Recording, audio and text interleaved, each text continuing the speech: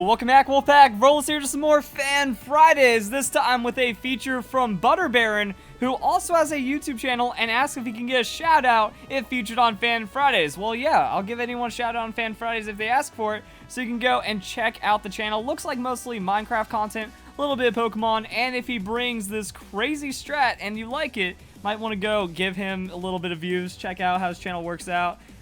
There we go. So yeah, it looks like we're bringing back Klefki. A use for Lycanroc, someone's actually using one of those, and then the rest of the team sets up. Also in the comment section of my highest damage Pokemon ever video, he did kind of leave a full list of all the Pokemon and the spreads and whatnot, so if this gets a little too fancy, we can check that out as well. So Klefki has a oh, alright, awesome. I wasn't ready for that, but hey, attract Klefki, immediate love. Lycanroc, immediate Stone Edge, and Marowak, one. Am I missing something? Does Feraligatr get immobilized? Am I missing something? Like,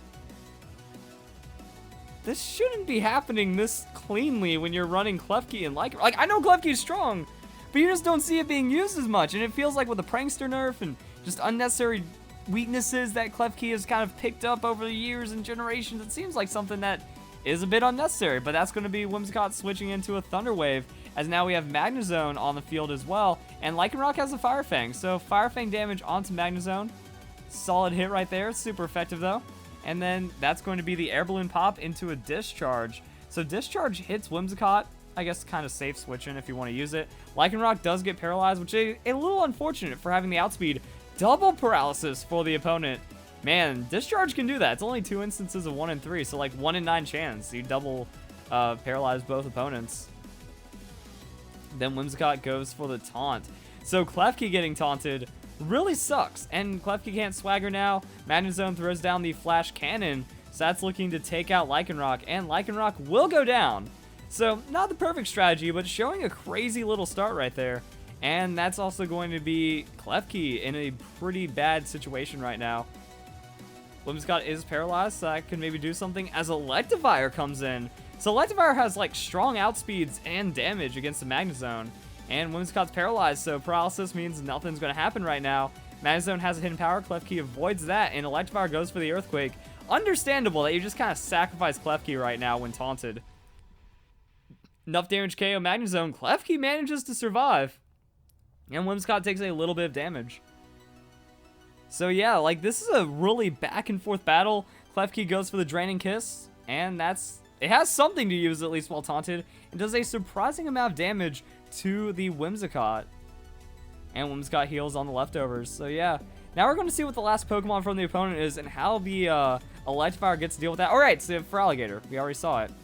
So Klefki is really screwed because even if taunt wears off, Whimsicott is going to be faster. Feraligatr has the Waterfall. Waterfall will be enough damage to take out Klefki, but then that's like free Thunder Punch onto Feraligatr. Or Electivire Fire Punching the Prankster annoyance of Whimsicott. Not enough to take down Whimsicott though, and it does get paralyzed, but it looks like it was going for an offensive turn, so it really wouldn't have been too devastating of damage. And now Hydreigon comes in. So Hydreigon can like just flamethrower or do whatever it needs to on the Whimsicott. I feel like Electivire is going to be a better option for taking out the Feraligatr. And then Hydreigon comes in, Whimsicott goes away. So pretty quick and clean right there, and then the rest of the team seems to follow up and then make it matter. So the Feraligatr has Dragon Dance. It's kind of the only thing Feraligatr can do if it wants to win. Like, it needs to hope it survives the Thunder Punch or whatever the Magnezone's going to do, and then turn around some KOs. Ooh, it does survive the Thunder Punch. Alright. That's going to spice things up a bit. Feraligatr now has a Waterfall. Unfortunately, it could Earthquake, but I don't know if that... Nah, you can't Earthquake to levitate into the Hydreigon. So unfortunately, Feraligatr was trying. It did get some things done with the Dragon Dance into the Waterfall one-hit KO. I mean, sheer force OP. And Hydreigon ends up finishing it off. So yeah, crazy battle. So let's go and check out some of the other battles as well. Now, when you take a look at the team, it's pretty interesting. So I want to show this off a bit because it's Bright Powder, Split Defense Klefki. So just like really well-rounded tank right here on the Klefki. Modest Nature though. I guess for the Draining Kiss, it explains why I did a little bit of damage right there. Klefki does find some sustain, and I guess if you're only talking about like 10% more defense, special defense, probably doesn't really matter too much in the end. Scope Lens on Lycanroc. We don't see Scope Lens that often, but it is +1 to crit, and then Stone Edge has a high crit chance, and No Guard means that's going to land. So Jolly Nature, I guess the team makes sense when you break it down. The team's idea is Klefki gets a shutdown, attract Swagger, Thunder Wave, attract anything, high chance the opponent doesn't get to act, and then Lycanroc looks for an outspeed and then a one-hit KO or high damage, high coverage when it can. If not, Thunder Wave, Rock Slide, still high chance of being immobilized for a turn, Salt Vest, Electivire, Citrus Berry, Volcarona, Life Orb, Hydreigon, and then Eviolite, Porygon. So the team has some diversity to it, and let's see how it does in this battle as well. Wait, Porygon? No, Porygon 2. I thought that was just like Porygon has Charge Beam, Ice Beam, Double Team, Recover, and it's the Charge Beam, Ice Beam, Double Team, except it's just Eviolite Porygon instead of Porygon 2, so I have no idea why or how, but cool. Then we get Samurott Superior. So Samurott, does Jolly Lycanroc outspeed the Samurott is the question, as Klefki goes for the Attract onto Superior. And that has a chance of shutting down. So, I mean, if that can happen and then Lycanroc finds a way through it, yeah, it'll be pretty solid. I guess you just fish for a crit, Lycanroc doesn't have the most insane damage ever. But if it, like, Stone Edge crits, I think that can still be enough to KO quite a lot. Samurott will Hydro Pump, though, and that's targeting Klefki. So, Klefki will not really take even 2-hit KO from the I just lost my train of thought. From the Hydro Pump, as Swagger lands onto Samurott to try to shut it down. So yeah, there's a lot of shutdown potential right now. And then we're going to see the Attract onto Superior. Superior will be immobilized by Love once again. So I mean, yeah, Attract is the new Confusion, guys, after the strong Confusion nerf. No crit though. Nothing. Like, yeah, it just wasn't enough for the Fire Fang to take out the Superior on 2 KO. Unfortunate damage breakdown, but the opponent just rage quits. Gets immobilized, hits himself in Confusion, doesn't want to deal with it, and just leaves the battle. Wow. I didn't know Lycanroc could cause so... Wait, never mind. Okay, so I know that last clip kind of ended abruptly, but my idea was like, oh, how can Lycanroc cause so much salt? And then people are just like, oh no, Verlisify's mascot, Lycanroc, and then memes and jokes from there. But it still triggers people that Lycanroc, even though it's not really based off of me, it reminds them of me. And then they get mad over that. So I guess Lycanroc can cause assault even in battle like that.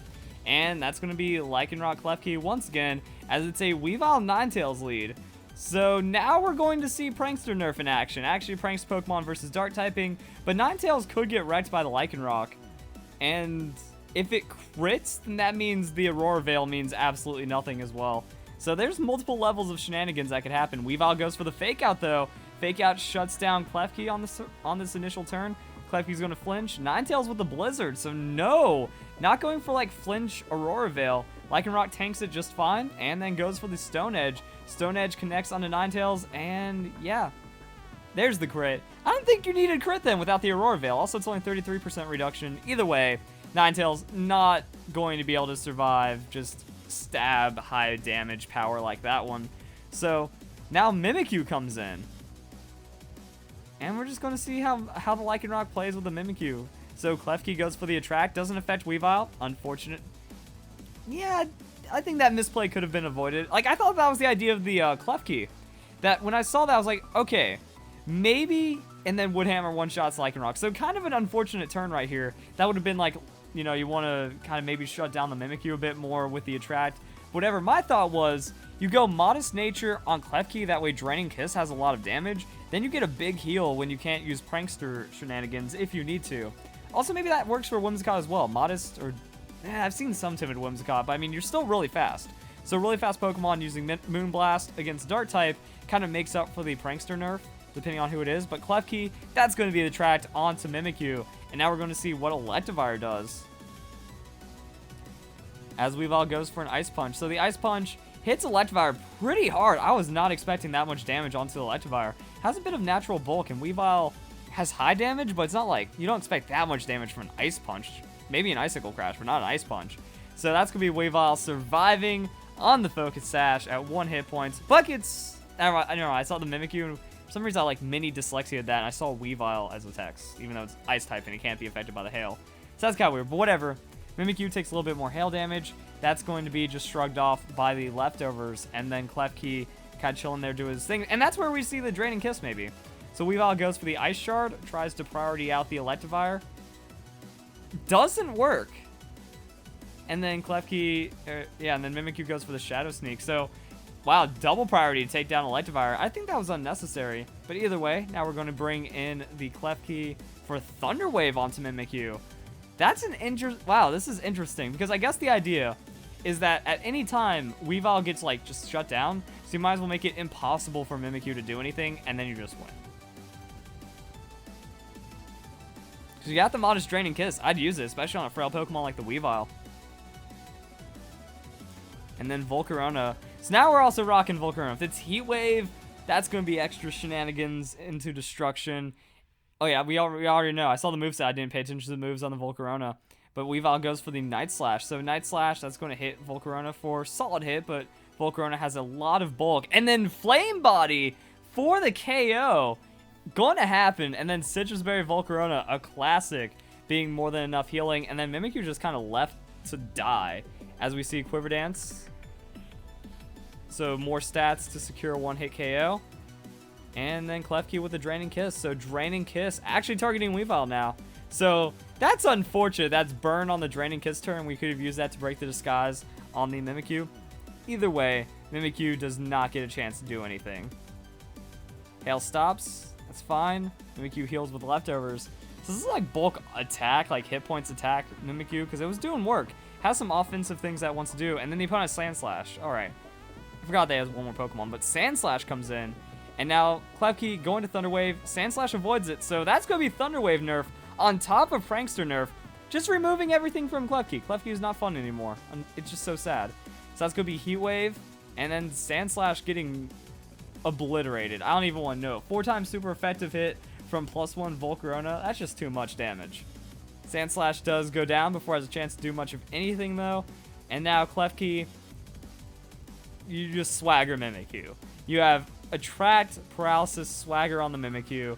It's about as bad as it gets for this Pokemon right now. As Volcarona goes for the Heat Wave, +1 Heat Wave in the Mimikyu. That's going to be enough for a KO. And that will be the GG. So, awkward battle, but we still get to see things happen. Like, it all falls into place. It all makes sense. And Lycanroc just has damage. Like, it finds a KO, and then Klefki supports for the rest of the battle with some other Pokemon, so it works out. Hope you guys enjoy the battle. Don't forget to check out Butter Baron's channel if you seemed interested by it. And I'll see you in the next Fan Fridays.